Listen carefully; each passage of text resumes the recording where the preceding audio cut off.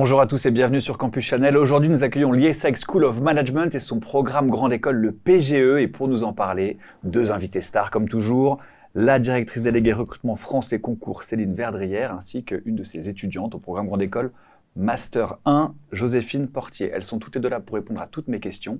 Mais avant cela, nous commençons avec le pitch.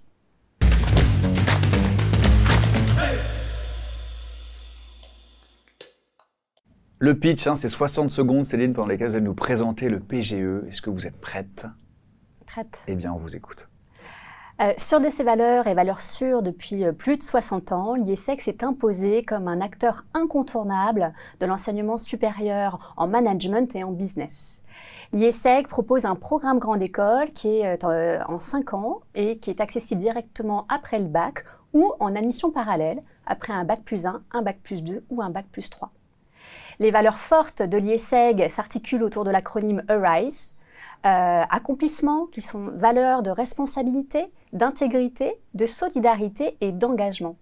Choisir le programme Grande École, c'est choisir un passeport pour intégrer le monde professionnel avec beaucoup de sérénité et épanouissement. Merci beaucoup Céline. Alors comment obtenir ce passeport? C'est la question à laquelle on va tenter de répondre à travers les admissions.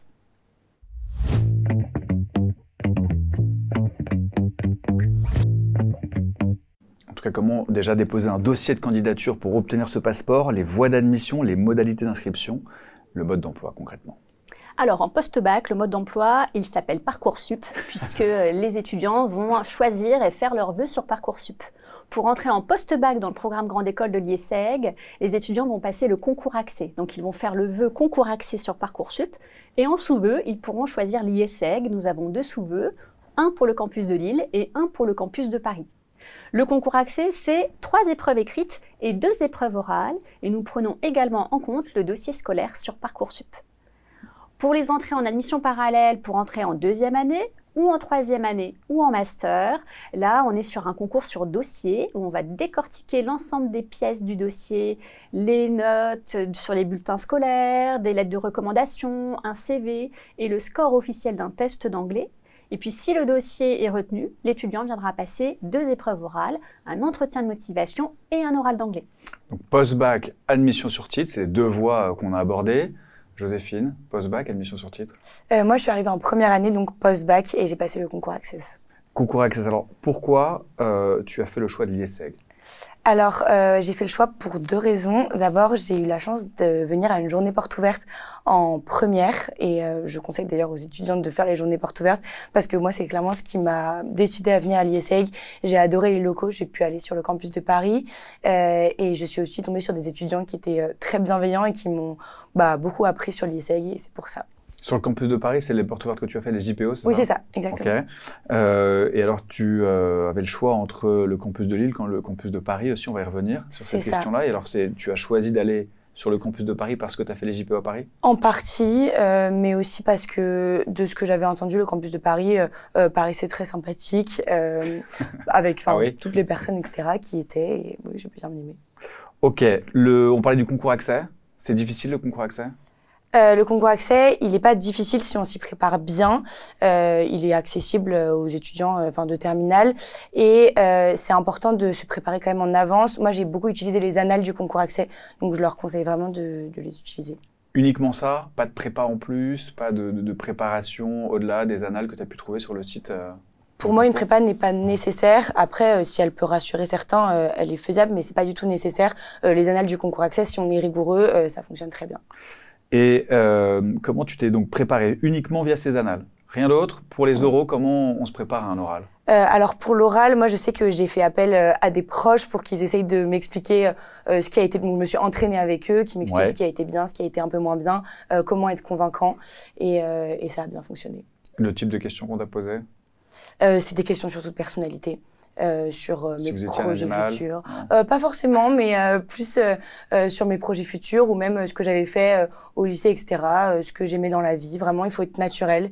Et, voilà. Ça peut être ta série préférée, le dernier livre que tu as lu, des choses comme ça? Vos qualités.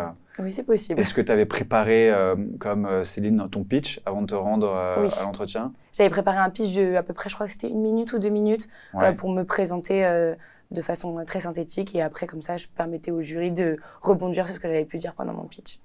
L'IESEG, c'est une école d'excellence. Est-ce que sans mention au bac, on a quand même une chance d'être admis? Oui, si, comme l'a précisé Joséphine, on s'entraîne régulièrement. Bien sûr, on va prendre en compte une partie du dossier scolaire dans la notation globale, mais ce n'est pas ce qui compte le plus. Ce qui compte le plus, c'est vraiment la performance aux épreuves écrites et aux épreuves orales. Donc, les mentions, on va les regarder après quand les étudiants intègrent notre école. Mais quelqu'un qui a un dossier, j'ai envie de dire, moyen, j'aime pas trop utiliser ce terme, mais quelqu'un qui est entre 10 et 12, il a tout à fait la possibilité d'être dans les têtes de promo après les épreuves écrites du concours parce qu'il se sera préparé de manière régulière et il aura vraiment, à travers cette régularité, acquis des automatismes pour répondre au QCM et une rapidité d'exécution qui est nécessaire pour être classé dans les premiers. On parlait de personnalité avec Joséphine. Quelle est plutôt la qualité commune à tous vos étudiants quand ils arrivent et quand ils repartent de l'IESEG? Je pense que la qualité première des étudiants quand ils arrivent, c'est la spontanéité. Puisque, effectivement, comme le disait Joséphine, on ne pose pas de questions type à l'entretien de motivation. On n'attend pas un profil type des étudiants qui vont nous rejoindre. Mais quand ils arrivent à l'IESEG, chacun a sa personnalité. Chacun a ses points forts et ses zones de vulnérabilité. Mais le point commun, c'est vraiment cette spontanéité. Cette spontanéité dans le souhait de vouloir intégrer telle ou telle association. La spontanéité dans le projet de mettre en place tel ou tel projet avec des élèves en cours, avec des profs, etc. La spontanéité de choisir peut-être son parcours à la carte quand il va arriver en cycle master. Et il y a vraiment ce côté, vraiment, je trouve, authentique quand ils arrivent à l'IESEG. Et quand ils sortent de l'IESEG, je pense que la qualité majeure, c'est la confiance. La confiance parce qu'ils ont acquis des compétences et des connaissances vraiment solides pendant ces 5 années à l'IESEG. Ils sont prêts à rentrer sur le marché du travail, à rentrer sur des fonctions soit de moyenne ou de moyenne middle management ou manager. Et ils peuvent aussi s'intégrer très facilement dans un environnement très international puisque la majorité des cours sont dispensés en anglais. Le niveau d'anglais de nos étudiants est très élevé, hein, c'est l'un des plus élevés en France. Et donc, ils ont vraiment cette confiance pour aborder sereinement leur vie d'adulte. On va revenir sur tous ces points, bien sûr, dans le programme. Avant cela, on a les clichés. Le premier qu'on a démonté aujourd'hui, c'est de se dire on peut ne pas avoir de mention au bac et pourtant intégrer l'IESEG si on justifie d'autres qualités. Quels sont les autres? C'est les clichés.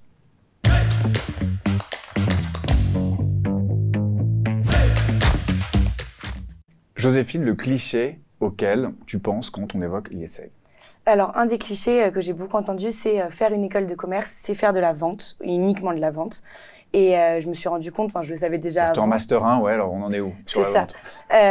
Alors bien sûr, la vente fait partie des compétences qu'on est censé acquérir à l'IESEG, mais c'est vraiment pas la seule. Et au contraire, à l'IESEG, on apprend c'est une école de management, mais c'est aussi une école qui nous apprend différentes spécialités. Donc moi, je suis en Master Marketing et j'ai pu découvrir le marketing en cycle bachelor, mais on peut aussi apprendre de la finance, de la comptabilité et aussi de nombreuses matières plus dans les soft skills, donc du théâtre, de la créativité, et ça ne se résume pas uniquement à de la vente. Les matières que tu as découvertes, par exemple, en première année ou en deuxième année, si tu t'en rappelles?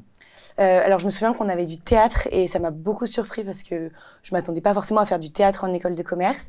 Et je sais que ça m'a beaucoup aidé, notamment à m'exprimer à l'oral, pouvoir faire des oraux devant une classe entière, etc.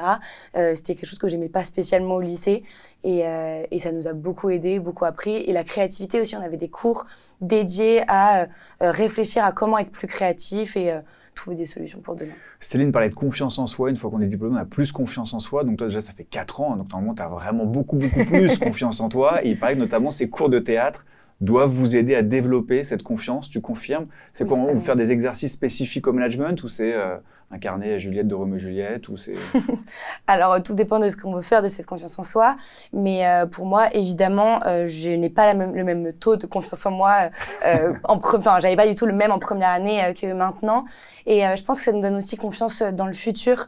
Parce que tout ce qu'on apprend nous permet aussi d'être plus solide et de savoir plus ce qu'on veut faire plus tard. Merci. Votre cliché, Céline? Mon cliché, c'est l'IESEG, c'est une prépa intégrée. Et ma réponse est non. Parce que c'est pas parce qu'on fait un programme post-bac en 5 ans qu'on est une prépa intégrée. Le programme Grande École de l'IESEG, c'est un programme en 5 ans découpé en 2 cycles. Un premier cycle de 3 ans qui est le cycle bachelor, où là, on va acquérir les fondamentaux dans toutes les disciplines du management. Et le second cycle, où on va construire sa spécialisation pour pouvoir après intégrer le monde du travail. Est-ce qu'il y a un cliché auquel l'IESEG correspond? L'IESEG, une école d'excellence. Ce serait le cliché. Ouais, je pense. C'est un vrai cliché, un bon cliché. Alors maintenant, que fait-on au sein de l'IESEG? Pourquoi est-ce une école d'excellence? C'est le programme.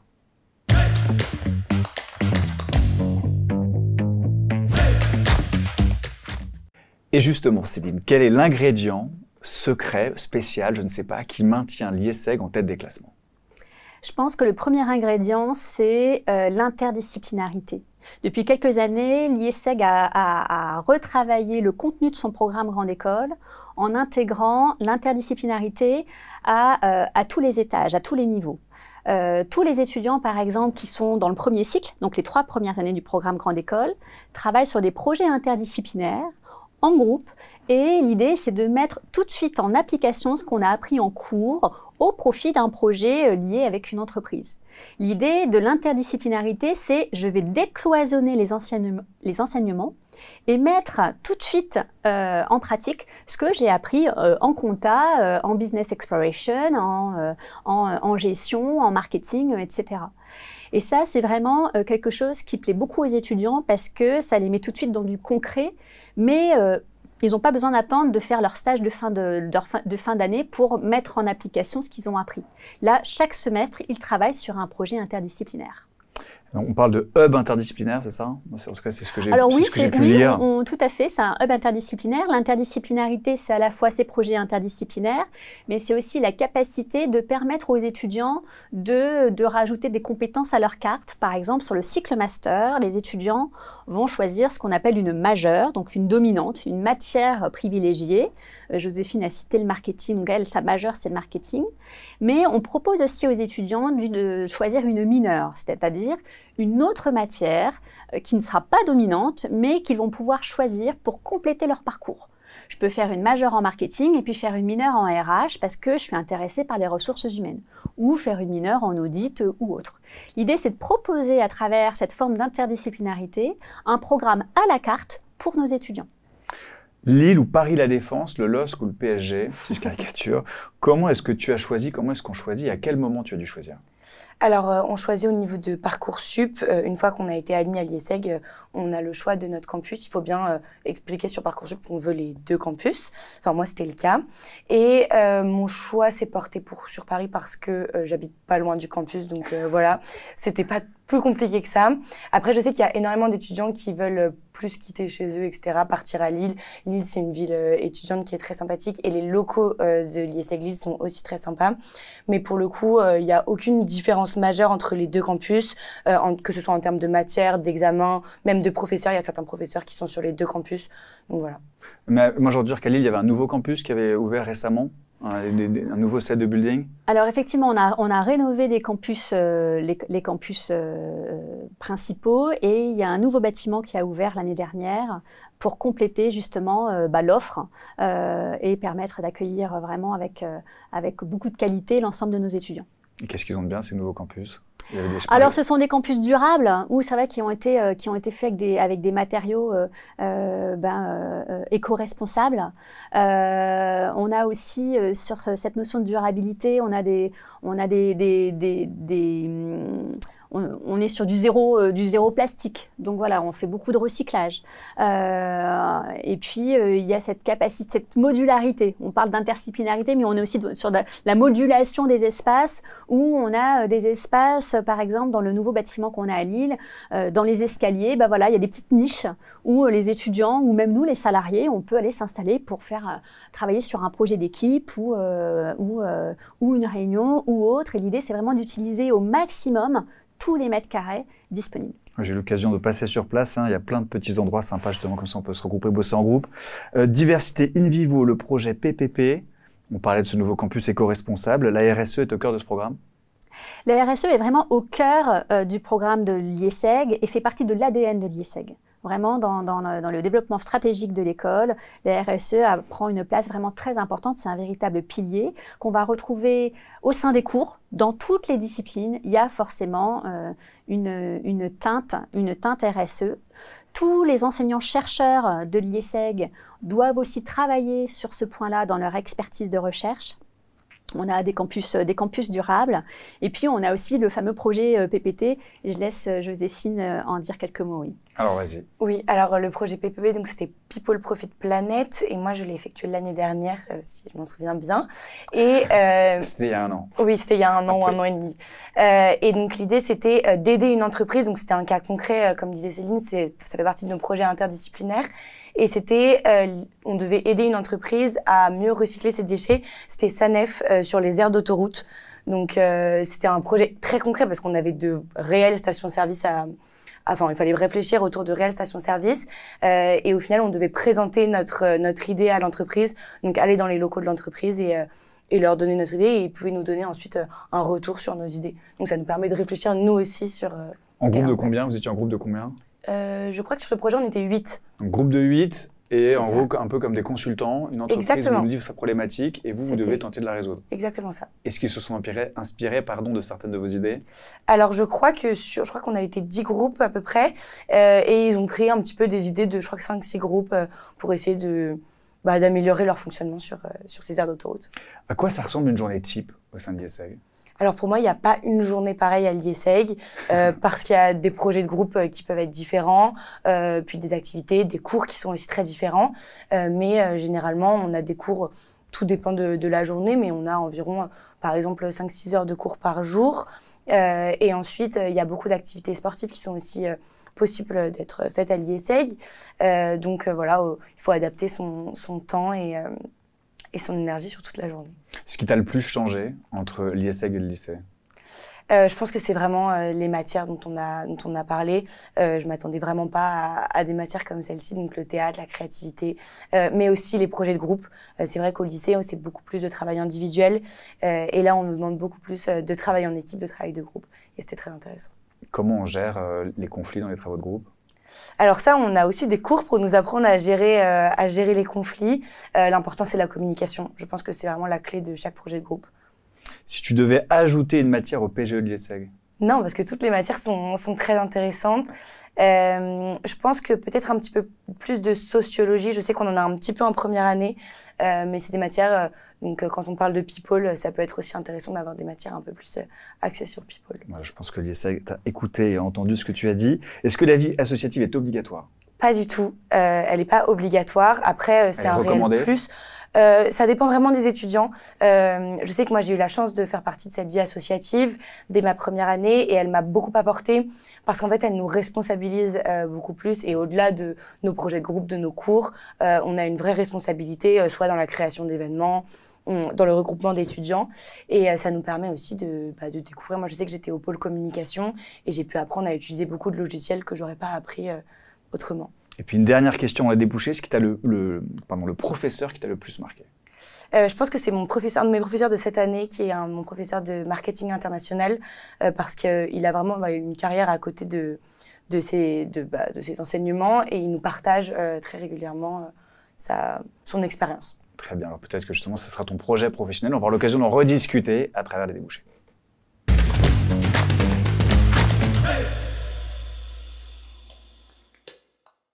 Avant de parler de ton projet pro, Céline, est-ce que le classement de l'IESEG permet une meilleure employabilité de vos étudiants? Alors, de manière générale, je pense qu'on n'a pas besoin de regarder les classements, mais le programme Grande École a une structure qui permet vraiment, en confiance, d'intégrer le marché du travail. Ce qui est intéressant aussi, c'est de se dire, parce que souvent les étudiants, quand ils choisissent, ils se disent tiens, qu'est-ce que je vais apprendre dans le programme Grande École? L'IESEG, c'est une école de management. Et qu'est-ce que c'est qu'une école de management? Est-ce que ça veut dire qu'on est uniquement manager? Non. En fait, faire une école de management, c'est apprendre à gérer, à piloter, à organiser, à structurer, à collaborer sur des projets différents au sein d'une entreprise. Et c'est tout ça que les étudiants ils vont apprendre pendant les 5 années. Et quand ils vont rentrer sur le marché du travail, ils vont être en mesure d'intégrer toutes les fonctions de l'entreprise, hors fonction ingénieur bien évidemment, mais ils vont pouvoir intégrer tous les piliers forts d'une entreprise. Ça, c'est le premier point au niveau des débouchés. Donc vraiment, alors effectivement, les classements aident puisque les employeurs nous connaissent tous maintenant. Le deuxième point fort, c'est le fait que le programme Grande École soit enseigné entièrement en anglais. Sauf en première année, où en première année, on a encore des cours en français, permet à nos étudiants d'avoir un niveau d'anglais extrêmement élevé et d'intégrer pour plus de 20%, je crois, une carrière à l'international dès la sortie de l'IESEG. Donc on a des étudiants qui ont la chance de travailler à l'international. Alors, toutes les entreprises du monde ne connaissent pas l'IESEG, mais l'IESEG ayant la triple couronne, les 3 accréditations internationales, bénéficie vraiment d'une aura assez importante auprès des employeurs internationaux. Qu'est-ce que vous mettez en place, justement, pour les aider à se lancer dans la vie active? Alors, quand on rentre dans le programme Grande École, on a des séminaires d'intégration qui permettent aux étudiants de se rencontrer, de se connaître et puis de comprendre un petit peu le fonctionnement de l'école et nos attendus. Et puis l'idée, c'est aussi à la fin, quand ils sont en fin de 5e année, c'est de fermer la boucle. Et on ferme la boucle en organisant un grand bootcamp. Un bootcamp, c'est pour l'année dernière, on avait 1200 étudiants en master qui étaient prêts à être diplômés, à qui on a fait un bootcamp pendant 2 jours. Et on a fait venir plusieurs entreprises, quelqu'un qui est venu, une personnalité de LinkedIn qui est venu parler de l'employabilité justement. Et l'idée, c'est de donner tous les outils aux étudiants pour qu'ils puissent rentrer sereinement sur le marché du travail. Et donc dans ce bootcamp, ils ont travaillé sur des modules de comment je fais mes 100 premiers jours en entreprise. Comment je prépare, comment je mets en avant ma singularité comme étant un atout et pas une différence. Comment je peux réseauter, collaborer à travers des équipes que je vais connaître au quotidien et d'autres équipes que je vais moins connaître mais avec qui je vais devoir travailler. Et du coup, à travers tous ces différents modules, les étudiants, ils ont vraiment eu une espèce de vue à 360 de ce qu'on va attendre d'eux quand ils vont avoir leur diplôme. De tout ce que vient de dire Céline, alors c'est pas forcément là-dedans qu'il faut que tu prennes une réponse, mais quel cours ou quel événement ou qu'est-ce qui s'est passé à l'IESEG qui a inspiré aujourd'hui le plus ton choix de carrière? Alors, je pense que c'est les cours de carrière parce qu'en fait, depuis notre première année, on a des cours qui sont dédiés en fait à notre réflexion. On nous dit pas, il faut absolument qu'à la fin de ce cours, tu aies choisi ton métier parce que c'est impossible. Mais on nous aide à comprendre ce qui peut exister et surtout à comprendre comment faire notre choix. Donc, quelles qualités, quelles compétences sont requises pour tel ou tel métier, comment orienter ses choix même de stage parce que c'est clairement ce qui va nous aider à comprendre ce qu'on veut faire plus tard. Et moi, je sais que ces cours m'ont beaucoup aidé, notamment à trouver mes différents stages. Et ensuite, clairement, mes stages m'ont beaucoup aidé dans la réflexion pour mon projet professionnel. Et alors, tu veux faire quoi aujourd'hui? Alors là, j'aimerais bien faire de la communication. Pour l'instant, de la communication créative. Après. Qu'est-ce que c'est que la communication créative pour ceux qui ne connaissent pas? Alors, ça peut être plein de choses différentes, mais moi, j'aimerais beaucoup faire de la création de contenu, donc tout ce qui est relié à la publicité, finalement, pour les entreprises. Donc travailler dans un grand groupe comme Publicis, par exemple, pourrait être une ambition professionnelle. Exactement. Et tes stages, tu les as faits directement en lien avec ton projet pro ou est-ce que c'est au fil de tes stages que tu as finalement trouvé que c'était communication créative? Alors, c'est plus au fil de mes stages, parce que mon dernier stage, je l'ai effectué dans la communication créative. Et les 2 précédents, donc j'en ai effectué un dans la vente, ce qui m'a permis aussi de découvrir cet univers que je connaissais très peu, et un stage découverte. Donc, les 2 m'ont mené, on va dire, à ce dernier stage qui m'a beaucoup plu. Aujourd'hui, si un étudiant te demandait pourquoi ton école est la meilleure, tu lui dirais quoi? Je dirais tout d'abord que c'est une école qui nous permet d'apprendre différentes matières et qui nous enferme pas dans un choix professionnel. On a un grand panel de matières à découvrir dès la première année. On a aussi la possibilité d'avoir un grand réseau aussi l'IESEG à la fois avec les étudiants diplômés, donc avec l'IESEG Network notamment, mais aussi avec les entreprises. Et je pense que c'est quelque chose qui peut nous rendre confiants pour le futur. Très bien, alors il nous reste encore quelques minutes avant de conclure avec le temps additionnel.